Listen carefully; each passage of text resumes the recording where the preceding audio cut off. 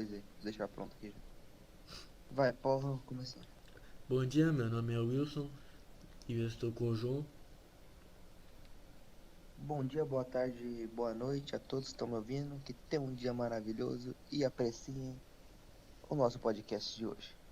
Então, nosso podcast hoje o assunto é sobre a afirmação do capitalismo. Mas o que seria o capitalismo, Wilson? Então, capitalismo seria um tipo de sistema econômico que orienta a produção, consumo e organização mundial. Esse sistema é baseado no lucro e na acumulação de capital. E o que seria o lucro e o capital? O lucro seria, por exemplo, o valor que você vai ganhar sobre o investimento, ou seja, você compra alguma coisa por 10 e revende ela por 30, você vai estar ganhando R$ 20. Esses R$ 20 é o lucro. E a capital seria os bens financeiros, o dinheiro investido com o propósito de gerar mais dinheiro, investimento e tal. E o que seria o acúmulo do capital? O acúmulo do capital é a ação de acumular objetos de valor para um grupo ou tipo uma empresa. O aumento da riqueza através dessa concentração. Tá entendido? Posso voltar para o assunto? Ou tem mais alguma Pode dúvida? voltar. Então, esse sistema é baseado no lucro e na acumulação de capital, com o objetivo central sendo a propriedade privada dos meios de produção, com um caminho para isso, sejam ele as máquinas, terras ou tipo instalações industriais. São esses meios de produção que geram renda por meio de exploração de três elementos, que seria o capital, ou seja, investimentos por meio de produção, recursos naturais, que são as fontes de produção e matéria-prima, e claro, a força de trabalho. Todos esses recursos têm custo e uma receita a serem distribuídas entre duas classes sociais.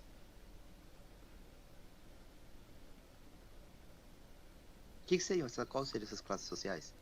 As classes sociais seriam a burguesia e o proletariado.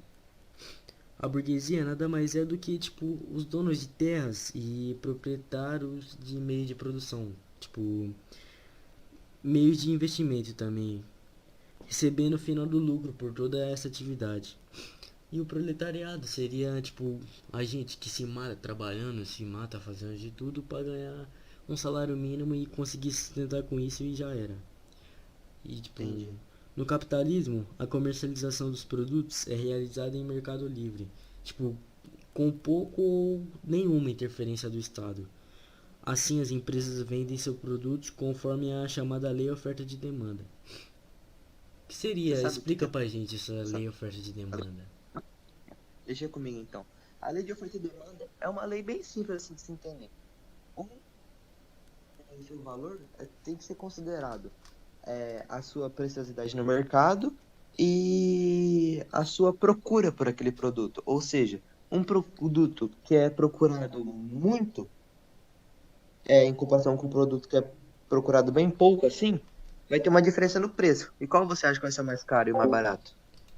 Provavelmente o que tem menos quantidade. O que tem menos quantidade seria o quê? Mais caro? Mais caro ou mais barato? Mais caro porque ele seria mais raro. Exatamente, porque se eles venderem esses mesmos produtos ao mesmo preço, o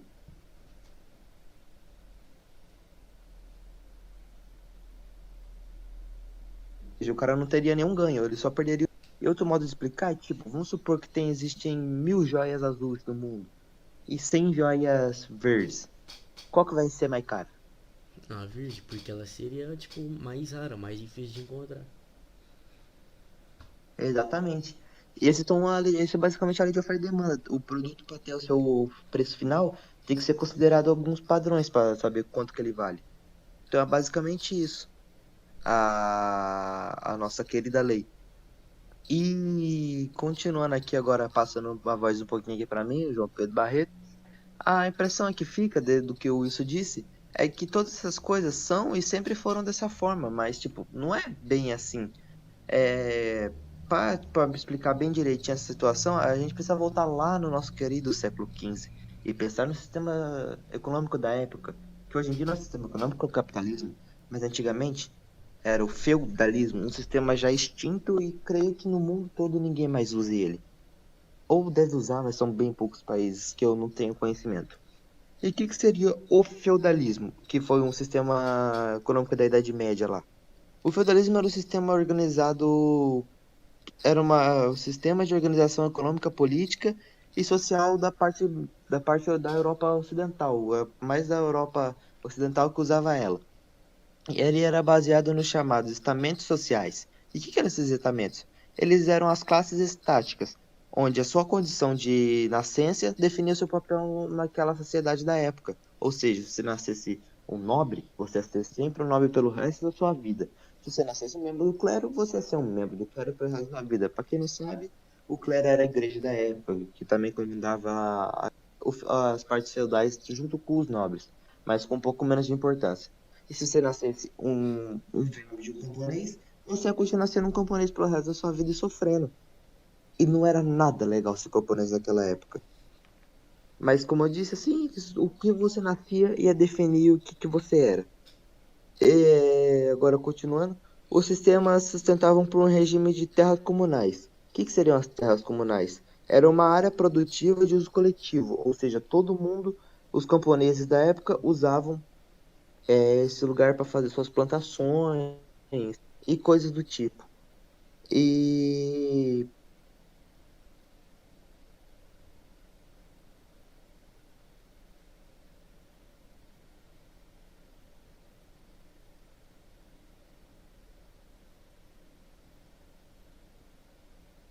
a casa, a parte da igreja, essas coisas. E o senhor feudal era como se fosse o rei daquele pedaço. Então os camponeses deviam a ele, eles davam trabalho nas plantações do senhor feudal, o trabalho na sua própria plantação do camponês, e ainda desse negócio que ele ia colher da própria plantação, ele tinha que dar uma parte para o senhor feudal. Ele dava tudo isso em troca da moradia, ter um lugar para morar. E não tinha os camponeses praticamente não tinham lucro e também não tinham um trabalho assalariado assim grande, era bem pouco o que ganhava. E isso é totalmente oposto ao que temos no capitalismo, que é a propriedade privada. Pois, como a gente disse, era um lugar onde todos trabalhavam ao mesmo tempo. Já na propriedade privada, um lugar onde todos trabalhavam ao mesmo tempo, não, desculpe. Era um lugar onde todos dividiam lá para coisa. Você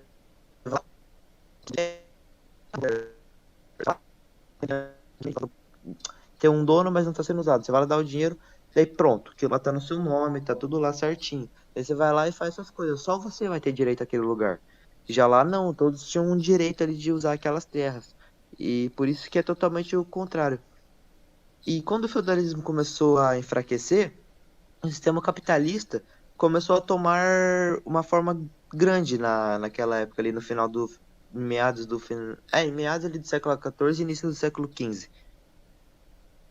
E nisso a burguesia começou a ganhar grande poder político e social.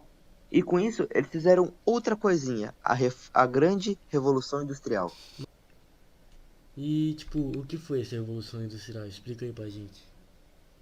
A revolução industrial foi o período de grande desenvolvimento econômico e que resultou no surgimento das indústrias. Ela começou lá na nossa querida e bela ilha da Inglaterra, lá na Europa, por uma junção de vários fatores. E esses fatores seriam, primeiramente, podemos considerar que na Inglaterra houve uma prosperidade muito grande da classe mercantil. O que seriam esses mercadores? Eles eram os caras que vendiam, que precisavam, tipo, ter essa certa demanda, assim, e precisavam vender.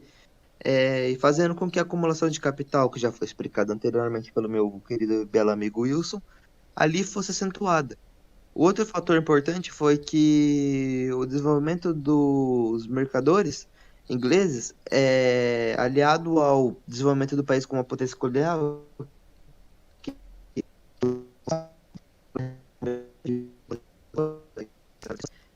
garantiu o aprimoramento da manufatura. E você sabe, meu amigo Wilson, o que é a manufatura? Não sei. Se puder explicar aí. A manufatura era a atividade ou o trabalho que se realizava em máquinas caseiras, tipo, a pessoa ia lá e usava uma máquina para fazer o serviço dela, ou à mão. Mas com certeza que a máquina era bem mais eficiente e mais rápida.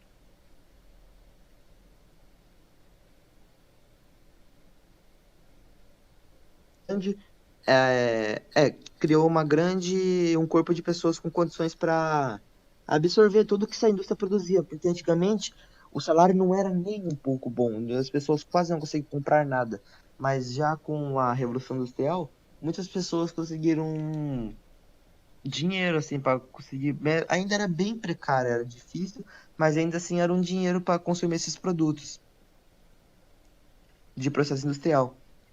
E também teve uma grande quantidade de mão de obra, que foi um fator altamente relevante na época, sendo que é da produção agrícola, que garantiu um crescimento populacional gigantesco na Inglaterra.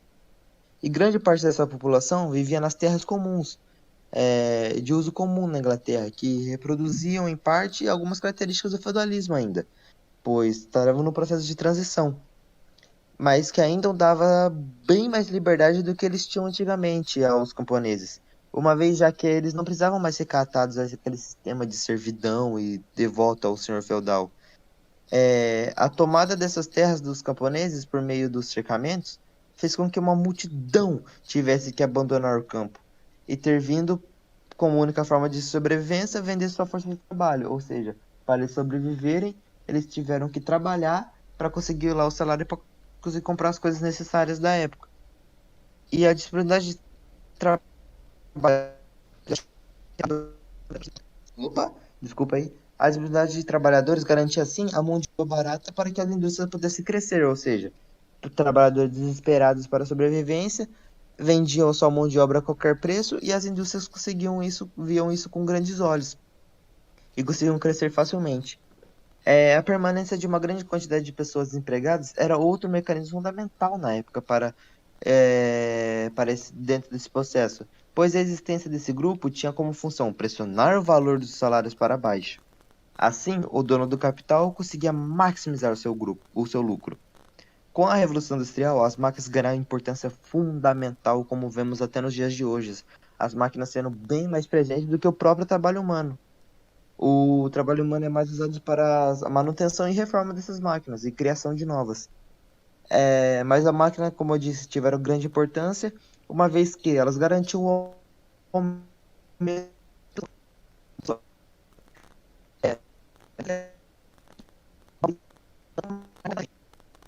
Que nem um ótimo exemplo desse negócio de comparação de são as máquinas agrícolas.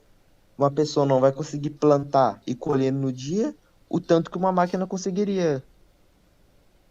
E agora continuando, além disso, as transformações das relações sociais foram bem visíveis, pois se estabeleceu uma polarização entre burgueses e proletariados, que já foram explicados que são esses dois termos anteriormente. Esses acabaram subordinando-se àqueles, uma vez que necessitavam do emprego para sobreviver e não detinham nenhum meio de produção. Como eu mencionei, a indústria inglesa desenvolveu-se com o financiamento dos burgueses, enriquecidos do capitalismo comercial, que é o capitalismo de venda, essas coisas.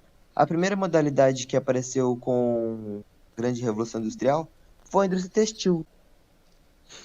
A indústria textil, como é tudo feito de seda, essas coisas assim, camisa e jogos de cama da época, basicamente isso. E a produção dela se dava por máquinas, com capacidade de tecer vários fios apenas de uma vez, coisa que o humano não conseguiria. Por isso que as máquinas foram de grande importância na Revolução Industrial. E assim que essa área prosperou, existiram várias outras atividades que começaram a surgir na Inglaterra. E também houve também um grande desenvolvimento considerável nos deslocamentos dos surgimentos das estradas de ferro. E você sabe me dizer o que seriam essas estradas de ferro, meu mano Wilson? Não. Explica aí pra nós, mano. Vai explicando. Seria as linhas férreas dos trens. Começou a ter grandes deslocamentos de pessoas e materiais a partir disso. As pessoas entravam e mudavam de uma cidade para outra em busca de melhores oportunidades e também o transporte de cargas eram feito por isso. E várias outras modalidades começaram a aparecer por causa desse novo coisa. E o capitalismo, com tudo isso, começou a ser um sistema que não ficou só na Inglaterra e começou a ir para a França, Holanda, Alemanha e vários países ao redor do continente e do mundo. E com tudo isso que eu te falo, assim, do capitalismo, da Revolução Industrial, você consegue me dizer aí, e você também, ouvinte, pode comentar aí embaixo, o capitalismo é bom ou é ruim para nós? Então, eu vou dar uma palavra. Tipo, todos os modos de produção, o capitalismo, o socialismo, o comunismo, tem suas Uhum. vantagens e desvantagens, tá ligado? Algumas vantagens do Sim. capitalismo são que os preços são mais baixos. A competição reduz o valor dos meios de consumo por meio da concorrência. E, tipo, outro ponto relevante também é que as empresas são mais eficientes. Por exemplo, já que, tipo, a competição leva à busca não só de menores preços, mas um serviço de melhor qualidade também, mano, cada vez mais rápido. E assim como tem, tipo, as vantagens, também vão ter desvantagem. Um exemplo de desvantagem seria a desigualdade social, que, tipo, essa tensão do lucro e da acumulação de riqueza vai gerar.